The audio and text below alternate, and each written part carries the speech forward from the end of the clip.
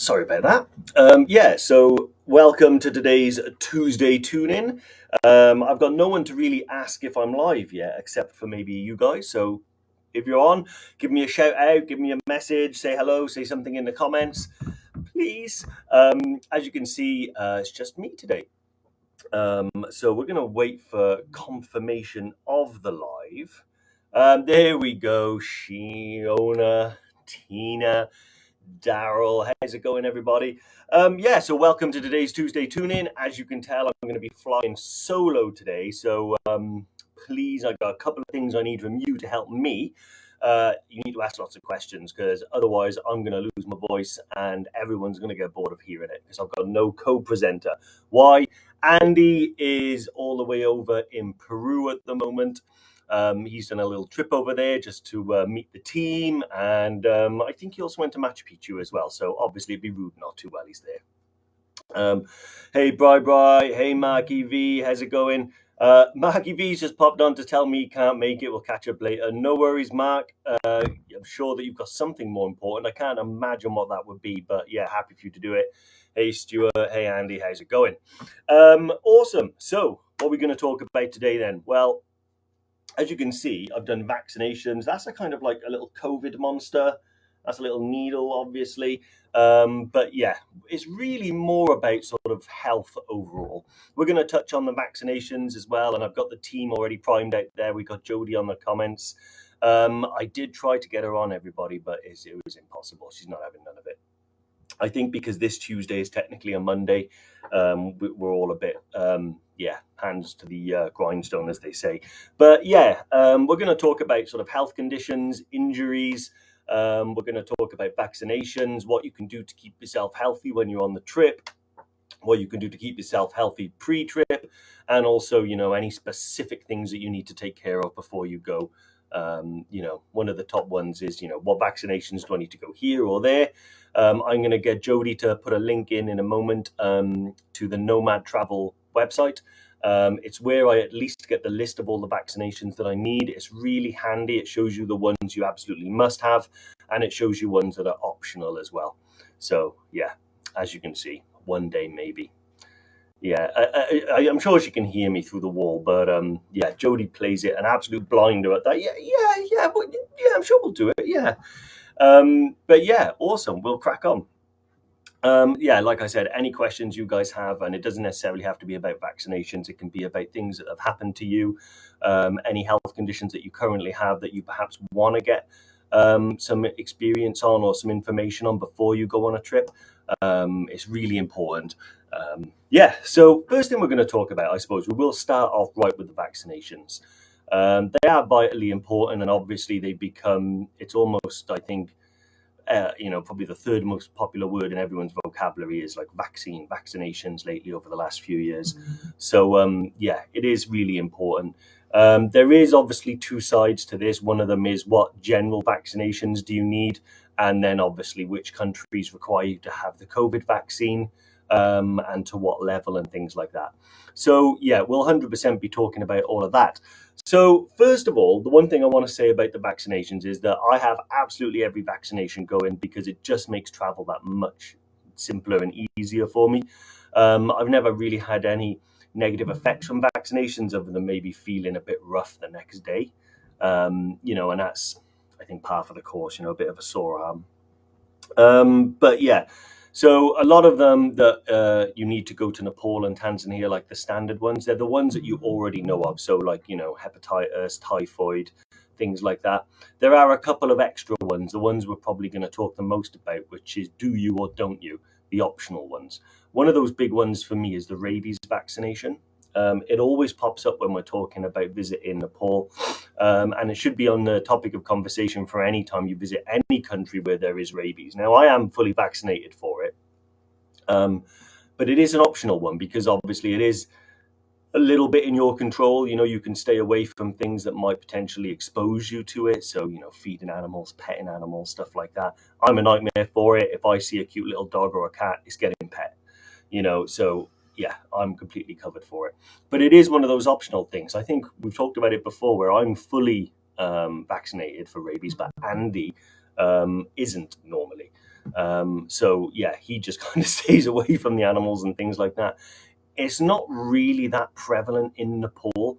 It's not one of those things that is like a massive concern, but it is there. So if you're like me, perhaps a little bit, what's the word, hypochondriac maybe, and you want to just have that peace of mind, then yeah, absolutely you can do it. So yeah, we've got a quick question here from Haley. I'm going to be kind of dipping in and out, guys, because you guys are the only ones that I can talk to today. What about the cholera? Sorry, Haley says, great topic timing. Just got a list from my docs recently to know what I have already versus what I need. Can't wait to get up to EBC. Yeah, absolutely.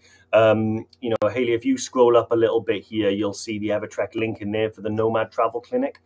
We always say go to your GP first, talk to those guys, but sometimes they don't always have the supply, and you're not able to get it on the right timings. So I tell you, I tend to go to these like specific travel clinics.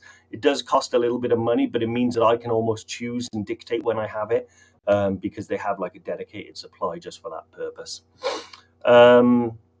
Paula Brewer, have my rabies like Dave. I can't resist a fur baby. Yeah, Paula, I'm the same. If I see a little dog or a cat or anything, the only thing I stay away from in Nepal is the monkeys, because I've seen they don't mess around those things. They may look cute and adorable, but trust me, that's just for show. Becky Miles has said, what about the cholera vaccination? As I heard there was an outbreak in Kathmandu recently, going in November, if that helps. So I've heard certain things like that, but I've heard a lot about that. A lot of third world countries, South Asian countries and stuff, they do still have those like outbreaks and things like that. So that's not in itself unusual. One of the things, you can do is have a look on the link, and I'm pretty certain you can get vaccinated for it. I'm not sure if it's one of the ones that's, let's have a look. Not one of the ones that's, mandatory. But yeah, it certainly could be. So I'm going to have a look at that now and put it in. So literally, this is it in real time. I'm using the link that Jody just posted in there. As you go onto the page, you'll get like some information on sort of vaccinations, malaria tablets, medical kits. There'll be some numbers that you can call and book online. So they've got London, Bristol, Cardiff, Manchester. And I'm literally now going to put in Nepal. And we're going to find out what we need. Weirdly, I just ended up in Burundi, so that's not great. There we go. So if we click into Nepal, so all travelers have to have diphtheria, hepatitis A, tetanus, and typhoid. Some travelers may require the cholera, Hep B, Japanese encephalitis, MMR, rabies, and yellow fever. So a little bit of information about that. So I've pretty much had all. I think I've cholera, Hep B. I haven't been vaccinated for Japanese encephalitis. I've already had the MMR, and I'm covered for rabies. Yellow fever is not one that's that it depends on where you're coming through. So for instance, I know that comes up a lot when we talk about traveling to Tanzania for Kilimanjaro, and if you're coming from the UK via a country that doesn't have a yellow fever risk, you don't require the vaccination. If you're coming through places like, sometimes people travel through Kenya, and then I do believe that you do need the vaccination. If you're concerned about whether you do or whether you're exempt, you can go to your GP and they can give you an exemption letter. I know some people have had that as well. So yeah, that's all good. Let's have a quick look here. Stuart Taylor, saw the post the other day from the Tanzanian government about health survey. Is this anything we need to be looking into before Kili? As far as I'm aware, it doesn't actually, it's more of a data gathering exercise at this stage. I have asked the team to provide me with some information on it, so I'm waiting to hear on that. But I think it's just one of those things that is not going to buy you entry, but perhaps needs to be considered before you go. I'll certainly look into it, and if it is of any concern, Stuart, I'll let everybody know. Kea, you heard there are leeches there now as it's monsoon time. Do we encounter those on the EBC trek? So good question, Kea. So there are leeches in Nepal, particularly in the lowlands where you have the wet, the wet earth and stuff like that. You're not going to experience any on the EBC trek. Some people, they fly not to Lukla, but they fly in a little bit lower from Jiri. And then that requires like some walking through some like wet farmlands and stuff like that. It's possible to pick up a couple then. If you go into Chitwan before or after the trip, certainly there's a risk there. But generally speaking, if you get, just do the normal EBC trip, arrive in Kathmandu, fly to Lukla, do the trek, fly back to Kathmandu, you won't come into any contact with any leeches or anything like that at all. So it's all good. So Haley Brimble said yellow fever definitely needed if you're flying through Kenya. So if you're flying back through Kenya, 100% check that out. If you're not, then you shouldn't need it. I've been to Tanzania a few times now, and I've just not been vaccinated, and I've never brought anything to say otherwise, and I've never been asked. But I do know some people have brought a yellow fever exemption form just to hand over to immigration if you do get that asked. So something to consider. Ryan said, I was advised by my GP to just go to a travel clinic as they're not doing them themselves at the moment. Ryan, I had the same thing when I first went to EBC in 2016. I wanted to get the rabies vaccinations. I wanted to get all of these things. And when I went to my GP, they had a very short supply because obviously they're servicing everyone in their community for all sorts of different reasons. You have people that work in any environment where they might be exposed to like blood. So hepatitis is an issue, and that's not just for us travelers. When you go to the travel clinics, they are pretty much designed specifically for those people that want to go traveling. So it's a much, more niche community that they're servicing. So all good. Georgie, 3 days to go. Were you working today, mate? Usually you're in some sort of engine, septic tank. Don't know. What you doing there anyway, George? Are you like a welder or something? I've always wondered. I'm sure you've told us, but I can't remember. Are you a mechanic or something? So one of the other things to consider as well, is rabies. Not rabies, I'm not thinking very well today, is malaria. So when you go into Tanzania, malaria is a big concern, and it's something that we tell everybody you have to be covered for malaria. It's not one of those things, unfortunately, where with things like yellow fever and any disease they want to prevent spreading, they do checks at the border to make sure that you're not going to be doing that, because malaria is already there. No one checks if you've got your medication or not. So the onus is on you to make sure that you have it. And I 100% think that, it's really foolish to go to Tanzania and not bring any kind of medication. Some of the big things that have been in the news, if you look at what happened to Cheryl Tweedy? Don't know her name. Anyway, but I know that there was a story where she got really sick with malaria from Tanzania. And I think Ross Kemp, he went out there as well. And that's just, some two popular names that you can pluck out. There are countless many other travelers that go there, risk it, and end up experiencing malaria. And they do have the really dangerous type over there as well that affects the brain as well, cerebral. So I think 100% get that covered. The couple of times that I've been out to Tanzania, so the first time that I went out there, I used doxycycline, which is an antibiotic. It's a little, honestly, I wouldn't use it again in my experience. Now, there are some people that have to use that because they'll have had a reaction to other drugs or whatever. But I certainly think it's a bit of a pain in the ass, to be honest with you, because you have to take it for such a long time. You have to take the antibiotic, I think, a week before you go, the whole duration that you're there, and then 4 weeks after you come back. That's a long time to be taking antibiotics. Also, with that, it says that you're not supposed to expose yourself to direct sunlight. Well, that's a little bit of an issue going to Africa. And there's also altitude as well. So when you go up high in altitude, the UV is so much stronger. You have to make sure that you're not, blistering or anything like that. The added bonus is that you are taking an antibiotic, I guess, so it's it's going to help you with any other little thing you might tend to pick up. But personally, for me, I'd rather not take antibiotics unless I needed them.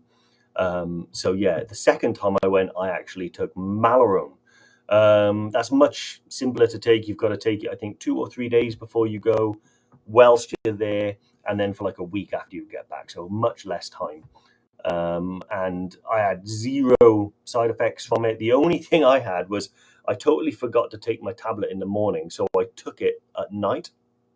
And the dreams that I had were like, they weren't like nightmares, but they were like, it was like it was happening. It was like incredibly, I don't know what they call it, like lucid dreaming or something like that. They were really trippy. Yeah, and I'll be honest, not unpleasant, but yeah, best thing to do is take them in the morning so you don't have that. You just have a good night rest when you go to sleep.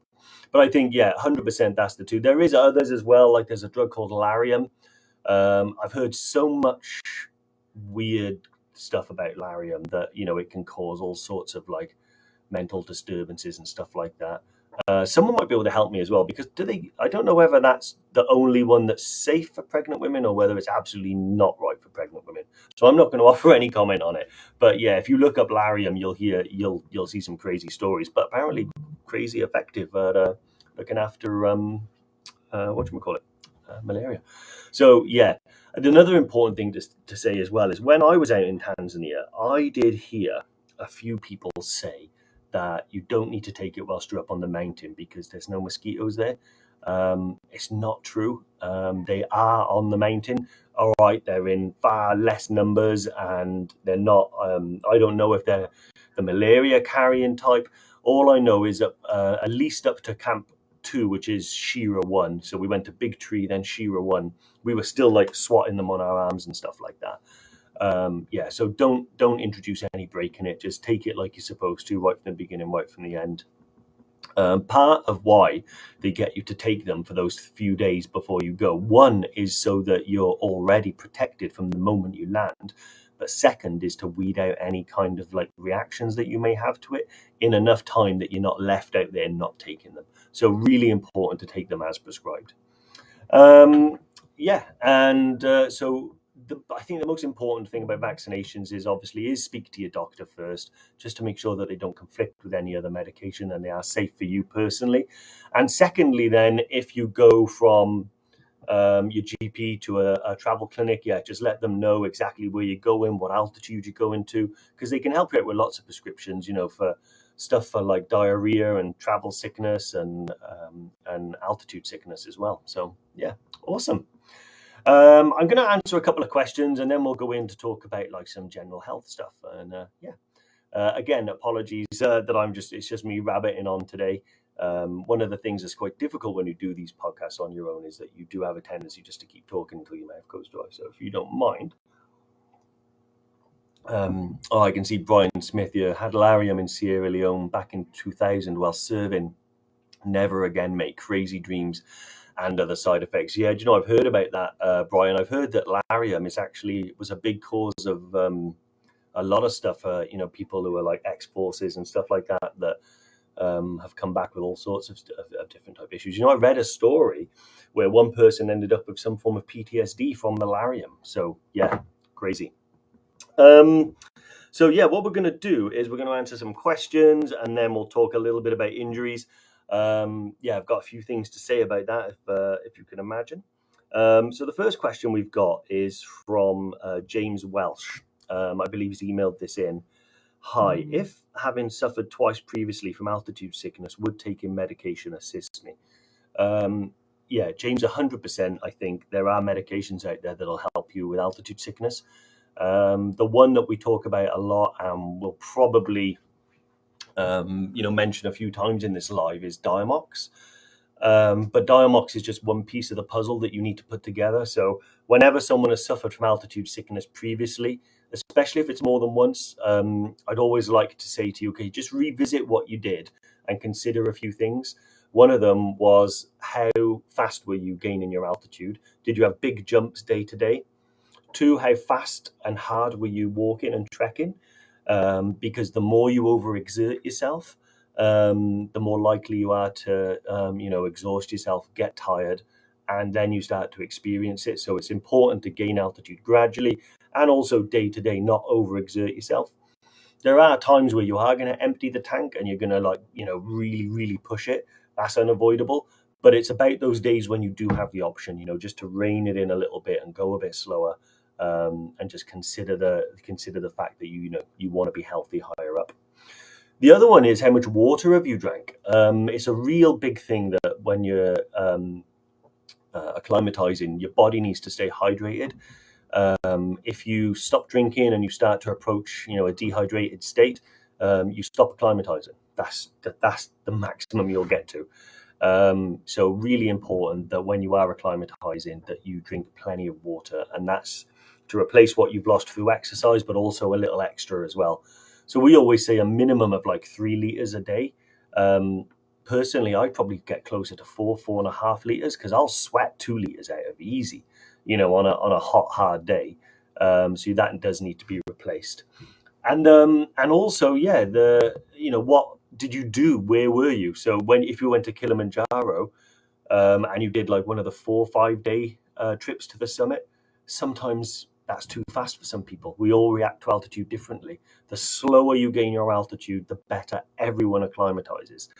So if you went on a trip to Kili and you went up very quickly, consider doing a different trip on Kilimanjaro. The one we do is the Lamosha route, which is 8 days, and pretty much from the summit it's like back down to camp and then back down. So we take pretty much like 8 days to get 7 days to get up and only 1 to come down. So yeah, hopefully that helps, James.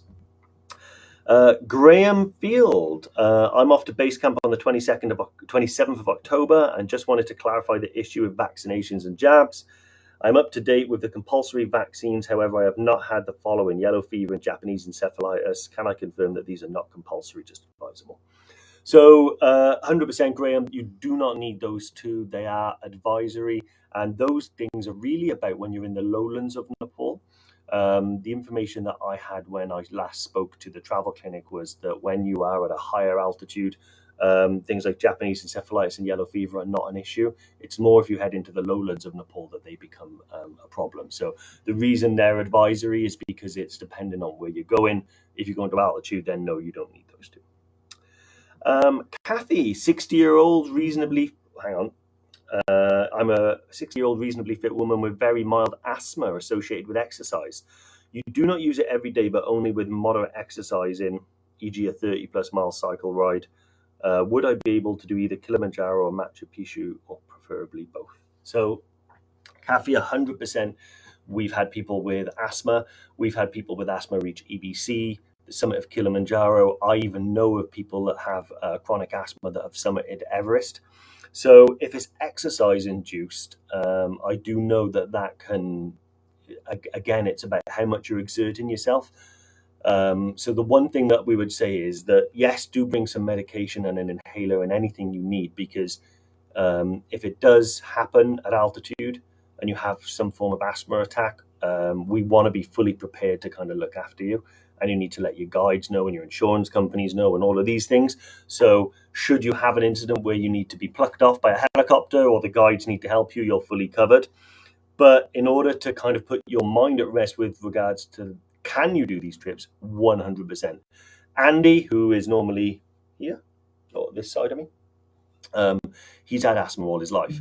And, whenever we go trekking, whether that's in Wales or in the Himalaya, he always has like an inhaler on him and then another one with the guide. So if he does need it, it's there. But 100% it can be done. Asthma does not preclude you from going to altitude. It just one more thing we need to manage.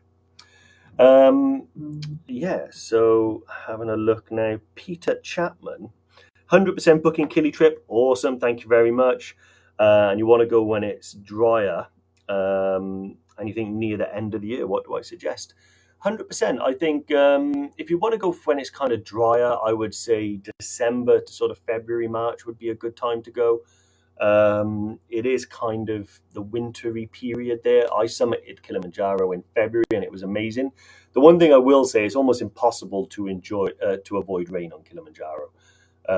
It always showers at some point during the day because it's got its own like kind of giant microclimate. So that's something to consider. On Kilimanjaro, actually, a lot of people use the rain ponchos. Just because it does happen to rain really quickly and then stop. So we just, throw those ponchos on, keeps us dry for the 10, 15 minutes, an hour that it's raining, and we rip it off and then it's fine again. So yeah, that's all good. What I think I'll jump onto now is we'll talk a little bit about injuries, because I can hear some, we've had lots of questions about it. And, I've talked a lot about what I've gone through, and also there's one thing I'm going to talk about that happened on the weekend, um, which I suppose isn't strictly related, but we'll talk about it anyway because it involves an Evertrekker and I want to shout that guy out. But yeah, so part of the thing that I do for fun, I have two things that I do pretty much. I do mountain biking and I do trekking. They kind of cover both sort of parts of my personality. So with the mountain biking, yeah, it's absolutely just for the thrill of it. There's a little bit of danger. And then when I went and when I go trekking, that's more the other side of it, the peaceful kind of mountain world. But yeah, when I went mountain biking, I suffered a knee injury in a crash, and it I completely separated my ACL, so I had lost that ligament. I fractured my knee, and in both sides of my kneecap, I had a fracture, and I tore my MCL ligament, and I tore my meniscus, the cartilage in there. So really, just rendered that knee useless for about 6 months, until after I'd had the surgery and got it fixed. And honestly, there was a time when I honestly thought to myself, wow, am I going to be able to function enough, and am I going to be able to train enough? And I absolutely, you certainly can. You do have to adjust. So if you are nursing an injury, or if you have a chronic condition like arthritis or something like that, that also doesn't preclude you from training and doing these things. It's just a kind of an adjustment in what you used to be able to do versus what you can do. I've also had to make some tough decisions about my knee as well, which is important not to beat yourself up about. One of them is the most recent one. I was trekking the Great Glencoe Challenge in Scotland. And on my way to the halfway point, I was soaking wet and covered in mud, but I was feeling great. The legs were fine. I felt really good. And then all of a sudden, my knee just locked up straight and I fell over. And although I really wanted to finish and get the medal, I thought to myself, well, I had done the event once before, but that doesn't really change anything. It's because I'm there doing it at that time. And yeah, I had to make the tough call to kind of like bail and get a lift back home. And lift back to the tent. And that's gutting, and it really does set you back a little bit. But it's important not to beat yourself up about those things and train within yourself. I was recently on a training weekend in the Brecon Beacons, and one of our Evertrekkers had recently just had COVID, and also a few other things, and was really struggling on the day because it was so hot and hard. And that can, let the doubts get in. But what I try to say is, some days are like this in everything that you do. And if you are carrying like an injury or something like that, it's important to just sort of acknowledge it, deal with it, train responsibly, nursing that injury, but never give up. Because that person did get around on the training weekend, absolutely smashed it. Another thing, I had to turn around on Tupcal because I was unwell. These things do happen. But I guess what I'm trying to get at is that it's important not to let the setbacks become the story. A lot of people, when they've got sort of issues with either health or injury, sometimes that can sort of dominate your mindset. And I really had to try hard to not let that happen to me. Failing on the Glencoe Challenge and failing to reach the summit of Tupcal, I'm not going to let that dictate. That's not the story of me. There are other summits that I'm going to reach, and I've had a couple of setbacks. And you know what? Whenever you read a good book, it never starts off amazing, gets better in the middle, and ends up the greatest. There's always an up and down nature to these things, particularly the mountains. And one of the things I want to do is shout out one of the customers, Rich Brown. Don't know if you're listening or not, Rich, but one of my friends on the weekend sadly had a big accident on the mountain bike, and the paramedics had to be called. And as one of the paramedics was chatting and looking after my friend, he said, "Oh, Dave from Evertrek, I'm booked with you," and it was just an amazing coincidence. And it just goes to show what this community is and what it means to everyone, because a lot of you guys, drop me a message as well, and it's important. This is why we want the community. When I was had the knee injury, and I had messages from many of you that I kind of know of, and then loads of people that I didn't know, and it really did uplift me as well. So lean on your fellow Evertrekkers, lean on the group you're with, lean on your guide, and 100% it makes a massive difference. Cool. Let's have a quick look at some comments. So Jerome, sorry Dave, summited Kili in September, dry season, not a drop of rain at all. Fancy that, Jerome, and completely undermining my point. But but yeah, no, the mountain weather is completely unreliable, and it's the only thing you can rely on is yourself and the clothes you bring. I always say, whenever I go hiking, whether it's in Wales or whether it's in the Himalaya or Tanzania, I always pack for 4 seasons. That's the most important thing. You need to be fully prepared. Let's have a look at this. Trekking community greater than the sum of your parts, Jerome. 100%, I agree with that.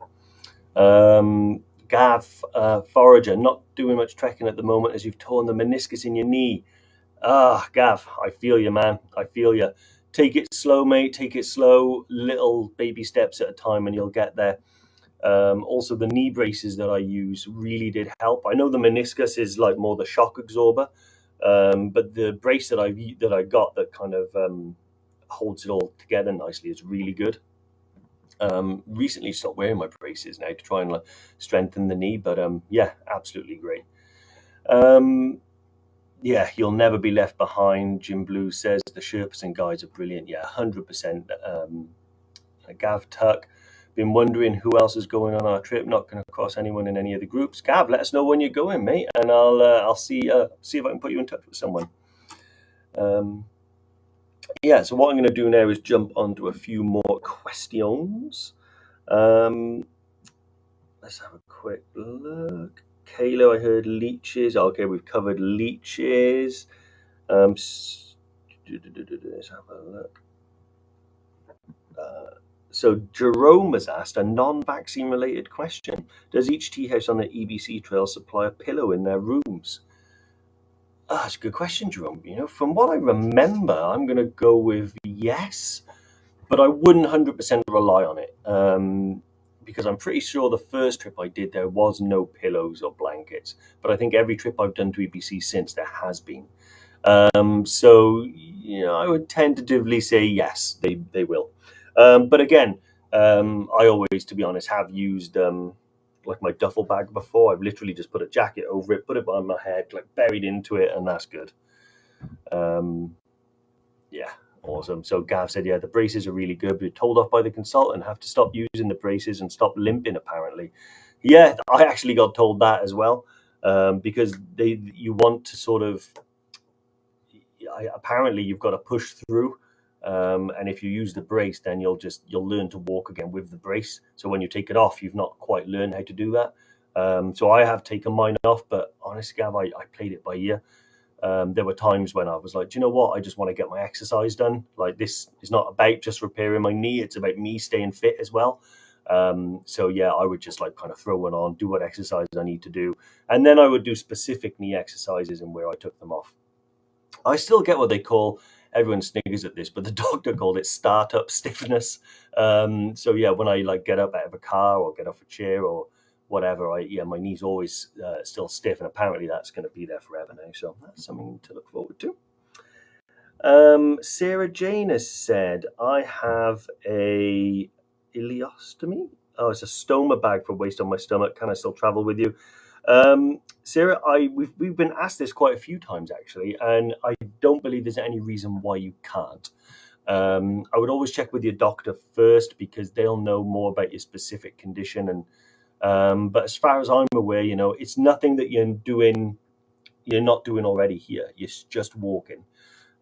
Sometimes with the more technical stuff, if you're climbing, maybe that might be an issue, but I'm sure it wouldn't be. But all you're doing is just walking. And everything kind of functions the same. The altitude does affect you, but it affects everybody, whether they've got the stoma or not. So I would say 100%, yeah, it's not going to prevent you from doing any sort of high altitude trek. The only thing that you need to make us aware of is that any relatable conditions that might affect your trek, after speaking to your doctor, you just let us know. And again, let your insurance know as well, because it's really important that you're completely covered. Yeah, but other than that, I think should be fine. I tell you what, it's really hard just to keep talking. So Kate just said, I wanted to check that even if we are walking very slowly due to pace, we are not going to be left behind, even if there are fast people in the group, especially as I understand there's 16 or 17 people in our group. You just wanted some reassurance that the guys are not going to rush you or say walk faster or tell me I cannot continue. So Kea, 100% that's never the case. So always we tell everybody that it's not about how fast you go. It's about walking slowly, staying with the group and enjoying the trip. Now, there will always be people that are faster and go off ahead.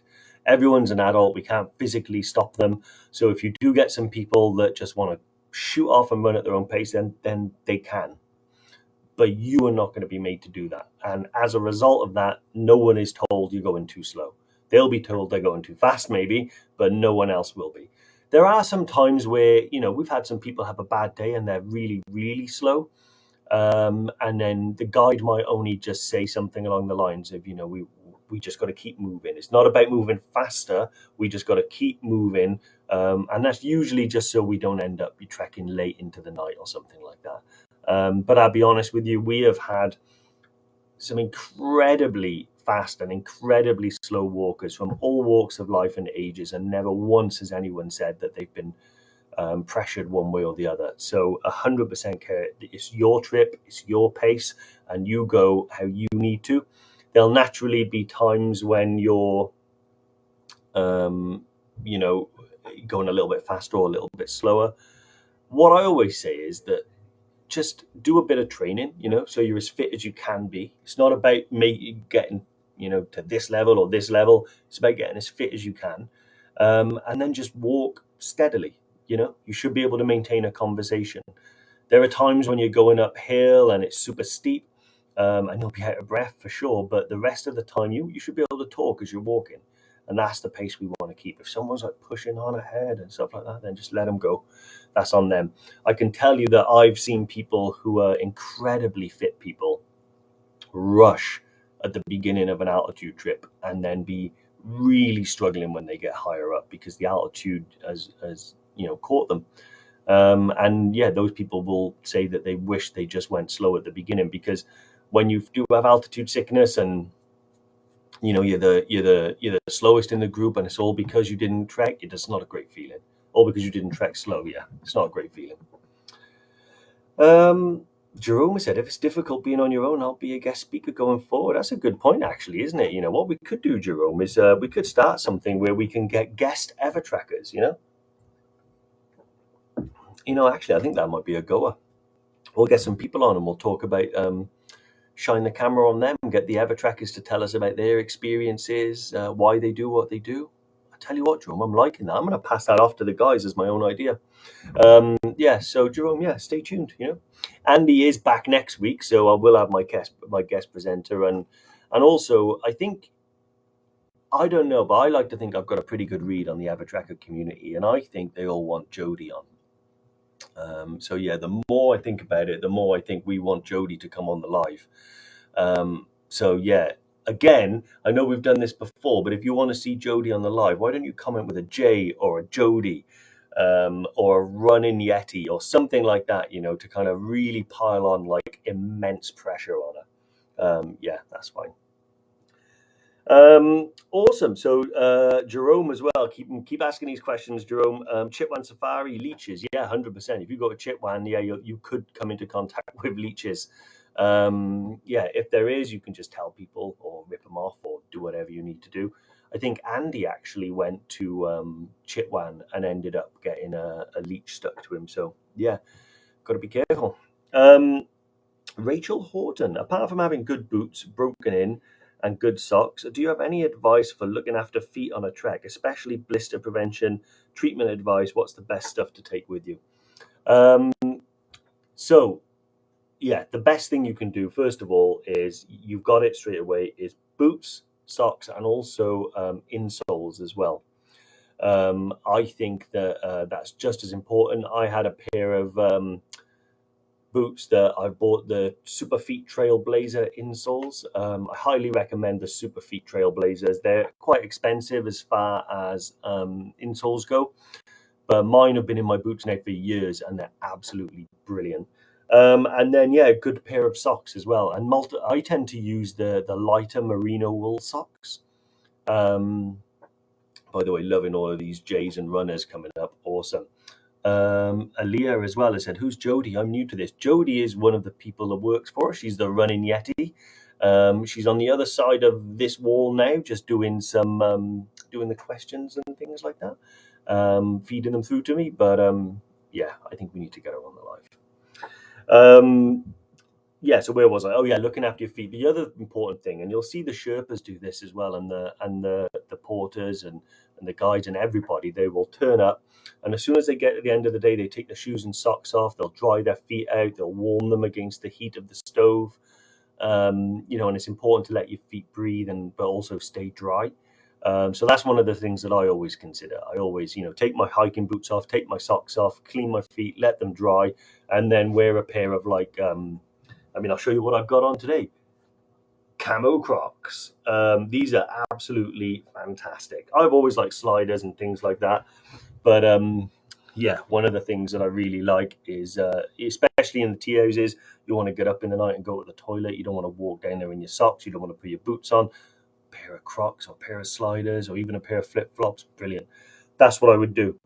With regards to blisters, now hopefully if you've got a good pair of boots that are worn in, a good pair of insoles and socks, you won't get any. But of course, it can still happen occasionally. Zinc oxide tape is really, really good tape to sort of wrap around the hot spots. So you'll notice when you're walking that certain parts of your feet will get a little, get a little hot. Putting some tape around those areas will prevent the blisters from occurring. And then if you do get some, you can still use that tape as well as a barrier. Also, there's also the stuff like Compeed. I know some people love Compeed, some people hate it. I've never had to use it. I've mainly just used tape and stuff like that. Yeah, and hopefully that should cover you off. But I think the biggest thing is that looking after your feet and making sure they're not wet or anything like that. And if you do sweat a lot, bring some spare socks with you and change them halfway through the day. It does make a big difference because, like if your feet are wet and things like that, they can, you know, that can easily affect the skin as well. Awesome. I can see Aaliyah Malik has said in regards to feet care, what about people that have plantar fasciitis, i.e. flat feet, fallen arches, muscles? I think I have flat feet, you know. I've never had anything diagnosed, but whenever I wear a pair of boots or a pair of shoes that have like an arch, it really pushes into my foot and causes quite a lot of pain. Now with those, it's all about the insoles for me. It's all about the insoles. And I know some people that have had that issue and they've gone and got like custom orthotics made. So they're literally molded to the shape of your foot. Put them in your shoes and that should alleviate all of that regardless of what's happening. Yeah, that makes a big difference. Jerome has said, and talk to your feet or talc. Okay, talc. Yeah, so talc's a good one. I've heard it's quite bad for you in the environment. So there is these like ones that you can use as well that like these foot powders and stuff like that make a big difference, and you can pour them in to help keep your feet dry. Makes a big difference. Aaliyah, running Yeti, love that title. Yeah, she is out running Yeti. Does marathons, I think half marathons. Yeah, running around like a lunatic she is. Okay, what time is the welcome dinner to meet everyone for EBC and Gokyo? Is that the 8th or the 9th of October? So I think the 8th it'll be the 9th. Because we used to have it on the 8th, which was the day you arrived, but we started to get, you know, the more people that we send on these trips, the more little complications we were having, where some people's flights were delayed, so they missed it, or they arrived super jet lagged and tired. So we've changed it to the 9th now after the day tour. Yeah, so it's always on day 2 now after the day tour that we do the welcome meal and things like that. Awesome. So I'm just going to have a little look through. I can see some people, Jerome, tell Jody to pop in and say hi. There's absolutely no chance, mate. No chance. I've tried. She's not up for it today. To be fair, although it's Tuesday, it's kind of like a Monday because yesterday was a bank holiday. R.I.P. the Queen. Yeah, so don't worry. I'm going to work on it. Yeah, what's that? Still the same, Dave? If you go into Ramachap. So Shona, yeah, if you go into Ramachap on the second day, obviously, yeah, we might have to kind of readjust things and have that welcome meal once we get to Ramachap. Or we might have it sort of earlier in the day, because normally we do have a shortened day tour and then time for some food, so we might kind of fit it in around there. Either way, we'll kind of let the team on the ground make the call. because sometimes it's a lot easier to do it if we have a group of like 8 than if we have a group of 20 or 30 that we're transporting to Ramachap. Yeah, sometimes it kind of changes. There you are. She'll pop in one day maybe. Awesome, guys. Well, I know it's a little bit earlier today, but I think I'm going to call it there because I've answered everyone's questions, and I've talked for 45 minutes straight, so I've run out of water. Normal service will resume next week, but we wanted to pop in and talk about some things that were important. The one thing I would say is go back through the comments and find the link that Jody put in there for the Nomad Travel Clinics. If you have any questions about what vaccinations you need, that's the link to press. Put in the country you're traveling to, and it'll tell you everything you need to know. Any questions as well about training, our training weekends, or anything that you want to know about staying healthy on a trip and looking after yourself, again, there's an entire team of us out there that are just waiting to speak to you. So awesome. Anyway, guys, take care. Have an awesome Tuesday, and I shall see you next week with my bearded friend. Bye.